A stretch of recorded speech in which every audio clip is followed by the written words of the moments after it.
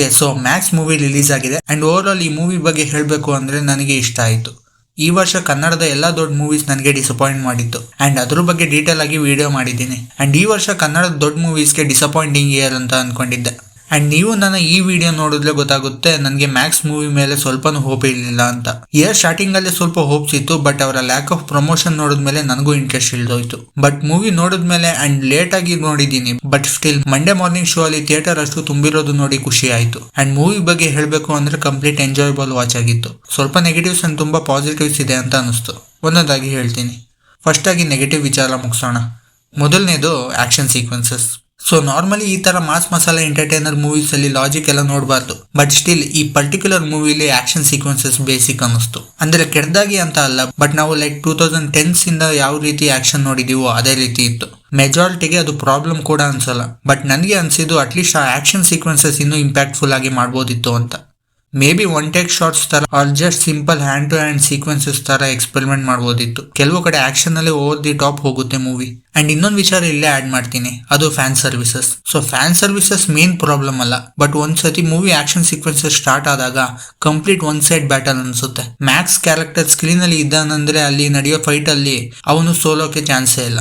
Complete ಮೂವಿಲಿ ಯಾವ fighting sequences challenging ಅನ್ಸಲ್ಲ. ಹೀರೋ ಹೊಡಿತಾನೆ ಅಂಡ್ ವಿಲನ್ ಹೊಡಿಸ್ಕೊಳ್ತಾನೆ. ಸ್ವಲ್ಪ ಟೂ ಸೈಡೆಡ್ ಮಾಡಿದ್ರೆ ಆಕ್ಷನ್ ಸೀಕ್ವೆನ್ಸಸ್ ನೋಡೋಕೆ ಇನ್ನೂ ಎಂಗೇಜಿಂಗ್ ಆಗಿರೋದು. ಅಂಡ್ ನಾರ್ಮಲಿ ಫ್ಯಾನ್ಸ್ಗೆ ಅವರ ಸ್ಟಾರ್ ಸ್ಕ್ರೀನ್ ಮೇಲೆ ಹೊಡಿಸ್ಕೊಳ್ಳೋದು ನೋಡಕ್ ಇಷ್ಟ ಇಲ್ಲ ಅಂತ ಈ ತರ ಮಾಡ್ತಾರೆ. ಬಟ್ ಸ್ಟಿಲ್ ಫೈಟಿಂಗ್ ಸೀಕ್ವೆನ್ಸಸ್ ಅಲ್ಲಿ ಇವಾಗ ಏನ್ ಮಾಡ್ತಾನಪ್ಪ ನಮ್ ಹೀರೋ ಅಂತ ಅನಿಸ್ಬೇಕು. ಅದ್ರ ಬದಲು ಓ ಬಿಡು ಆರಾಮಾಗಿ ಹೊಡೆದು ಮುಗಿಸ್ತಾನೆ ಅಂತ ಅನಿಸ್ಬಾರ್ದು. ಅದು ಇಂಪ್ಯಾಕ್ಟ್ಫುಲ್ ಆಗಿ ಮಾಡಿದ್ರೆ ಆ ಕಂಪ್ಲೀಟ್ ಸ್ಟೋರಿ ಫ್ಲೋ ನ ಬ್ರೇಕ್ ಮಾಡ್ತಿದೆ ಅಂತ ಅನಿಸ್ತಿರ್ಲಿಲ್ಲ. ಸೊ ಕ್ಯಾರೆಕ್ಟರ್ ವರ್ಶಿಪ್ ಅಥವಾ ಸ್ಟಾರ್ ವರ್ಶಿಪ್ ಮೂಮೆಂಟ್ಸ್ ನಿಮ್ಗೆ ಇಷ್ಟ ಇಲ್ಲ ಅಂದ್ರೆ ನಿಮ್ಗೆ ಒಂದೊಂದ್ ಕಡೆ ಮೂವಿ ಡಿಸಪಾಯಿಂಟ್ ಮಾಡುತ್ತೆ. ಅಂಡ್ ಕ್ಯಾರೆಕ್ಟರ್ ಬಿಲ್ಡಪ್ ಇದೆ, ಬಟ್ ಅದನ್ನ ಪ್ರೂವ್ ಮಾಡೋಕೆ ಯಾವುದೇ ಬ್ಯಾಕ್ ಸ್ಟೋರಿ ಇಲ್ಲ. ಜಸ್ಟ್ ಡೈಲಾಗ್ಸ್ ಅಲ್ಲಿ ಆ ಕ್ಯಾರೆಕ್ಟರ್ ಎಷ್ಟು ಟೆರರ್ ಅಂತ ಹೇಳ್ತಾರೆ, ಅದಾದ್ಮೇಲೆ ಆಕ್ಷನ್ ಸೀಕ್ವೆನ್ಸಸ್ ಸ್ಟಾರ್ಟ್ ಮಾಡ್ತಾರೆ. ನನಗೆ ಅನ್ಸಿದ್ದು ಫಸ್ಟ್ ಆಕ್ಷನ್ ಸೀಕ್ವೆನ್ಸಸ್ ಅಲ್ಲಿ ಕ್ಯಾರೆಕ್ಟರ್ ಸ್ಟ್ರೆಂತ್ ಪ್ರೂವ್ ಮಾಡಿಸಿ ಅದ್ರ ಜೊತೆ ಬಿಲ್ಡಪ್ ಕೊಟ್ಟಿದ್ರೆ ವರ್ಕ್ ಆಗಿರೋದು.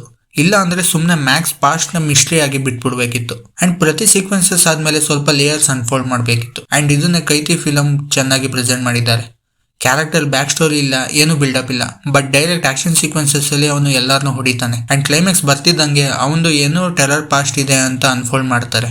ಅಂಡ್ ಅದು ಇನ್ನೂ ಮಿಸ್ಟ್ರಿ ಆಗೇ ಇದೆ. ಸೊ ಅಟ್ಲೀಸ್ಟ್ ಆ ತರ ಕ್ಯಾರೆಕ್ಟರ್ ಡೆವಲಪ್ಮೆಂಟ್ ಮಾಡ್ಬೇಕಿತ್ತು. ಅಂಡ್ ಎಷ್ಟೋ ಜನ ಆನ್ಲೈನ್ ಅಲ್ಲಿ ಕ್ಲೇಮ್ ಮಾಡ್ತಿದ್ರು ಇದು ಕೈತಿ ಮೂವಿ ರೀಮೇಕ್ ಅಂತ. ಅಂಡ್ ನಾನು ಈಸಿಯಾಗಿ ಹೇಳ್ತೀನಿ ಇಲ್ಲ ಅಂತ. ಇನ್ಸ್ಪಿರೇಷನ್ ಖಂಡಿತ ಇದೆ. ಅಂಡ್ ಎರಡರದ್ದು ಒನ್ಲೈನ್ ಸ್ಟೋರಿ ಸೇಮ್ ಇದೆ. ಅಂಡ್ ಆ police station set design similar feel ಆಗುತ್ತೆ ಅಷ್ಟೇ. ಅದ್ ಬಿಟ್ರೆ ಇನ್ನೇನು ಸಿಮಿಲಾರಿಟೀಸ್ ಇಲ್ಲ. ಅದ್ ಬಿಟ್ರೆ ನಿಮ್ಗೆ ಒರಿಜಿನಲ್ ಲ್ಯಾಂಗ್ವೇಜ್ ಅಲ್ಲಿ ಮೂವಿ ನೋಡಿದ್ರೆ ಸೈಡ್ ಕ್ಯಾರೆಕ್ಟರ್ಸ್ ಮಾತಾಡ್ತಿರೋದು ಯಾಕೆ ಕರೆಕ್ಟ್ ಆಗಿ ವಾಯ್ಸ್ ಜೊತೆ ಮ್ಯಾಚ್ ಆಯ್ತಿಲ್ಲ ಅಂತ ಅನ್ಸ್ಬೋದು. ಸೈಡ್ ಕ್ಯಾರೆಕ್ಟರ್ಸ್ ಇಂಪ್ಯಾಕ್ಟ್ ಸರಿಯಾಗಿ ಫೀಲ್ ಆಗಲ್ಲ, ಎಸ್ಪೆಷಲಿ ವಿಲನ್ ಸೈಡ್. ಯಾಕಂದ್ರೆ ನಾನು ಅಬ್ಸರ್ವ್ ಮಾಡಿದಂಗೆ ತುಂಬಾ ಜನ ತಮಿಳ್ ಆಕ್ಟರ್ಸ್ ಇದ್ದಾರೆ. ಎಷ್ಟೊಂದು ಸೀಕ್ವೆನ್ಸಸ್ ಅಲ್ಲಿ ಅವರ ಕನ್ವೀನಿಯನ್ಸ್ ಗೆ ತಮಿಳಲ್ಲೇ ಡೈಲಾಗ್ಸ್ ಹೇಳ್ತಾರೆ. ಸೊ ಕೆಲವು ಕಡೆ ಅದು ಲಿಪ್ ಸಿಂಕ್ ಆಗಲ್ಲ ಅಂಡ್ ಅದು ಒಂದ್ ಸ್ವಲ್ಪ ಇರಿಟೇಟ್ ಮಾಡಬಹುದು. ಇಷ್ಟು ನನಗೆ ಮೋಸ್ಟ್ಲಿ ನೆಗೆಟಿವ್ ಅನ್ಸಿದ್ದು. ಪಾಸಿಟಿವ್ಸ್ ಬಗ್ಗೆ ಬರೋದಾದ್ರೆ ಬ್ಯಾಕ್ ಗ್ರೌಂಡ್ ಸ್ಕೋರ್ ಮತ್ತೆ ಮ್ಯೂಸಿಕ್. ಅಜನೀಶ್ ಲೋಕನಾಥ್ ಅವರು ಮ್ಯೂಸಿಕ್ ಕೊಟ್ಟಿರೋದು ಅಂಡ್ ತುಂಬಾ ಪರ್ಫೆಕ್ಟ್ ಆಗಿದೆ. ಅಂಡ್ ನನಗೆ ಕೆಲವು ಕಡೆ ವಾಲ್ಯೂಮ್ ತುಂಬಾ ಜಾಸ್ತಿ ಫೀಲ್ ಆಯ್ತು, may be because of the theatre. But back ground score ತುಂಬಾ ಇಂಪ್ರೆಸಿವ್ ಆಗಿದೆ. ಅಂಡ್ ಎಷ್ಟೋ ಪಾರ್ಟ್ ಅಲ್ಲಿ ಬರೋ ಮ್ಯೂಸಿಕ್ ತುಂಬಾ ಕ್ಯಾಚಿ ಆಗಿದೆ. ಸಾಂಗ್ಸ್ ಬಗ್ಗೆ ಬರೋ ಹಾಗಿದ್ರೆ ಜಸ್ಟ್ 3 ಸಾಂಗ್ಸ್ ಇರಬೇಕು. ಅಂಡ್ ಯಾವುದು ತುಂಬಾ ಟೈಮ್ ತಗೊಳ್ಳಲ್ಲ ಸ್ಕ್ರೀನ್ ಪ್ಲೇಲಿ. ಸ್ಟಾರ್ಟಿಂಗ್ ಯಾವ್ದೋ ಐಟಮ್ ಸಾಂಗ್ ಇರುತ್ತೆ, ಅವಾಗ ಇಲ್ಲಿ ಟೈಮ್ ವೇಸ್ಟ್ ಮಾಡ್ತಾರೆ ಅಂತ ಅನಿಸ್ತು. ಬಟ್ ಬೇಗ ಮುಗಿಸಿದ್ದಾರೆ ಅಂಡ್ ಫಾಸ್ಟ್ ಪೇಸ್ ಇದೆ. ಸೊ ಐಟಮ್ ಸಾಂಗ್ ನೋಡೋಕೆ ಚೆನ್ನಾಗಿತ್ತು. ಐ ಮೀನ್ ಕೇಳೋಕೆ ಚೆನ್ನಾಗಿತ್ತು. ಕ್ಯಾಚ್ ಹಾಕೊಳ್ಳೋ ತರ ಕ್ಯಾಚಿ ಆಗಿತ್ತು. ಸೊ ಜಾಸ್ತಿ ಕಂಪ್ಲೇಂಟ್ಸ್ ಇಲ್ಲ. ಸಿನಿಮಾಟೋಗ್ರಫಿ ಮಾತ್ರ ಕಂಪ್ಲೀಟ್ ಫೇವರೇಟ್ ಆಗೋಯ್ತು. ಶೇಖರ್ ಚಂದ್ರು ಅವರು ಸಿನಿಮಾಟೋಗ್ರಫಿ ಮಾಡಿದ್ದಾರೆ. ಎಸ್ಪೆಷಲಿ ಆ ಜಾತ್ರೆ ಸೀಕ್ವೆನ್ಸಸ್ ಅಲ್ಲಿ ಕ್ಲೋಸ್ ಅಪ್ ನ ಎಷ್ಟು ಚೆನ್ನಾಗಿ ಕ್ಯಾಪ್ಚರ್ ಮಾಡಿದ್ದಾರೆ. ತುಂಬಾ ಫ್ಯಾಸಿನೇಟಿಂಗ್ ಆಗಿತ್ತು. ಅಂಡ್ ಜಸ್ಟ್ ಆ ಒನ್ ಸೀನ್ ಥಿಯೇಟರ್ ವರ್ತಿ ಆಗಿತ್ತು. And direction and screen play ತುಂಬಾ ಚೆನ್ನಾಗಿದೆ. ವಿಜಯ್ ಕಾರ್ತಿಕೇಯ ಅವರ ಡೈರೆಕ್ಷನ್ ಫಸ್ಟ್ ಮೂವಿ ಇರೋದು ಡೈರೆಕ್ಷನ್ ಅಲ್ಲಿ ಅಂಡ್ ತುಂಬಾ ರೆಸ್ಪಾನ್ಸಿಬಲ್ ಆಗಿ ಮಾಡಿದ್ದಾರೆ ಅಂತ ಅನಿಸ್ತು. Screen play was my favourite. Starting ಯಾಕೋ ಆಫ್ ಅನಿಸ್ತು, ಬಟ್ ಪ್ರೋಗ್ರೆಸ್ ಆಯ್ತು ನಂಗೆ ತುಂಬಾ ಚೆನ್ನಾಗಿ ಮಾಡಿದ್ದಾರೆ ಅಂತ ಅನಿಸ್ತು. ಕೆಲವು ಫ್ಯಾನ್ಸ್ ಫಸ್ಟ್ ರಿವ್ಯೂಸ್ ಅಲ್ಲಿ ಚೆನ್ನಾಗಿಲ್ಲ ಅಂತ ಹೇಳ್ತಿದ್ರು, ಕಿಚ್ಚ ಸುದೀಪ್ ಅವರ ಲೆವೆಲ್ಗೆ ಅಲ್ಲ ಅಂತ. ಬಟ್ ನನಗೆ ಮೂವಿ ನೋಡಿದ್ಮೇಲೆ ಅರ್ಥ ಆಗ್ಲಿಲ್ಲ ಇವರಿಗೆ ಇದು ಇಷ್ಟ ಆಗ್ಲಿಲ್ವಾ ಅಂತ. ಲೈಕ್ ನನಗೆ ಸುದೀಪ್ ಅವರ ಮೂವಿ ಕಂಪ್ಲೀಟ್ ಎಂಜಾಯ್ ಮಾಡಿದ್ದಂದ್ರೆ last maybe Kotigobba two Hebbuli ಆಗಿತ್ತು. ಅಂಡ್ ಅದು ಅವಾಗ even Rangitaranga to Vikrant Rona disappoint ಮಾಡಿತ್ತು. ಅಂಡ್ ನಾನು ಈ ಮೂವಿ ನೋಡಿದ್ಮೇಲೆ ನನಗೆ ಅಂತೂ ಕಂಪ್ಲೀಟ್ ಸ್ಯಾಟಿಸ್ಫೈ ಮಾಡ್ತು. ಇದನ್ನು ಇಷ್ಟ ಆಗಿಲ್ಲ ಅಂದ್ರೆ ಒಂದ್ ಕೇಳೋಕೆ ಇಷ್ಟಪಡ್ತೀನಿ. ನಿಜವಾಗ್ಲೂ ಮೂವಿ ನೋಡುವಾಗ ಏನ್ ಅನ್ನಿಸ್ತು? ಇವಾಗ ಅರ್ಥ ಆಯ್ತು. ಅವನಿಗೆ ಅನ್ಸಿರ್ಬೇಕು ಯಾರ್ ಗುರು ಮೂವಿ ಮಧ್ಯೆ ಸ್ಟೋರಿ ಇಟ್ಟಿದ್ದು, ಹೇಗೋ ಮೂವಿ ನಡೀತಿತ್ತು. ಮೂವಿಲಿ ಸ್ಟೋರಿ ಇಡೋಕೆ ಯಾವಾಗಿಂದ ಸ್ಟಾರ್ಟ್ ಮಾಡಿದ್ರು, ಇದೇನು ಮಲಯಾಳಂ ಮೂವಿನ ಸ್ಟೋರಿ ಇಡೋಕೆ? ಐಟಮ್ ಸಾಂಗ್ ಎಲ್ಲಿ ಗುರು? ಐಟಮ್ ಸಾಂಗ್ ಇಷ್ಟೇನಾ? ರಾರ ರಕಮ್ಮ ಪಾರ್ಟ್ 2 ಬೇಕು. ಬಾಬಾ ಬಗ್ಗಮ್ಮ ಎಲ್ಲಿ ಗುರು? ಥಿಯೇಟರಲ್ಲಿ ಕೂರೋಕೆ ಆಯ್ತಿಲ್ಲ. ಐಟಮ್ ಸಾಂಗ್ ಬೇಕು. Stop it.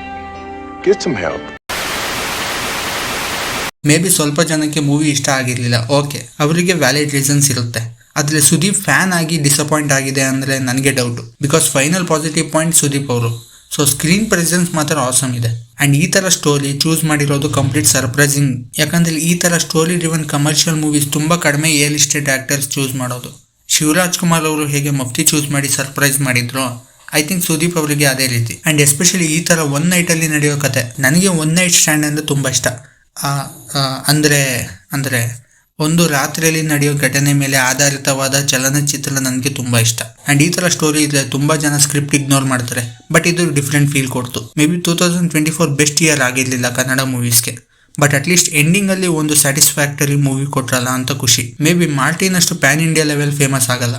And maybe north audience ಇನ್ನೂ ನಮ್ಮ ಕನ್ನಡ ಇಂಡಸ್ಟ್ರಿ ಬರೀ ಮಾರ್ಟಿನ್ ಕೊಟ್ಟಿದೆ ಅಂದ್ಕೊಳ್ತಾರೆ ಈ ವರ್ಷ. ಬಟ್ ಅಟ್ಲೀಸ್ಟ್ ಇದು ಅವರು ನೋಡ್ಲಿ. ತುಂಬಾ ಇಷ್ಟ ಆಗ್ಲಿಲ್ಲ ಅಂದ್ರೂ ಅಟ್ಲೀಸ್ಟ್ ನಮ್ಮ ಇಂಡಸ್ಟ್ರಿ ಈ ತರ ಅಟೆಂಪ್ಟ್ ಇದೆ ಅಂತ ಗೊತ್ತಾಗ್ಲಿ. ಆದ್ರೆ ದೊಡ್ಡವರು ಒಂದು ಮಾತು ಹೇಳಿದ್ದಾರೆ, ಮಾರ್ಟಿನ್ಗೆ ಹೋಗಿದ್ ಮಾನ ಮ್ಯಾಕ್ಸ್ ಕೊಟ್ರು ಸಿಗಲ್ಲ ಅಂತ. ಸೊ ಅದೇ ಅನ್ಕೊಳ್ಬೇಕು. ಸೊ ಫೈನಲ್ ಆಗಿ ನೀವು ಈ ಮೂವಿ ನೋಡ್ಬೇಕಂದ್ರೆ tension free, care free mass masala movie expect ಮಾಡ್ಕೊಂಡು ಹೋಗಿ. ಇನ್ನೂ ಜಾಸ್ತಿ ಮೂವಿನೇ ಪ್ರೊವೈಡ್ ಮಾಡುತ್ತೆ. ಇಷ್ಟ ಆಗಿತ್ತು ಈ ಮೂವಿ ಬಗ್ಗೆ. ವಿಡಿಯೋ ಎಂಡ್ ಮಾಡೋ ಟೈಮ್ ಮೇ ಬಿ ಸ್ಕ್ರೀನ್ ಮೇಲೆ ಒಂದ್ ಕಡೆ Squid Game season 2 review display ಆಯ್ತಿರುತ್ತೆ, ಇನ್ನೊಂದ್ ಕಡೆ ಯಾವ್ದೋ ಯೂಟ್ಯೂಬ್ ಅನ್ಕೊಂಡಿರೋ ಬೆಸ್ಟ್ ವಿಡಿಯೋ ಡಿಸ್ಪ್ಲೇ ಆಯ್ತಿರುತ್ತೆ, ಮತ್ತೆ ಸಬ್ಸ್ಕ್ರೈಬ್ ಬಟನ್ ಕೂಡ ಡಿಸ್ಪ್ಲೇ ಆಯ್ತಿರುತ್ತೆ. ಇಷ್ಟರಲ್ಲಿ ಒಂದ್ರ ಮೇಲಂತೂ ಕ್ಲಿಕ್ ಮಾಡಲೇಬೇಕು.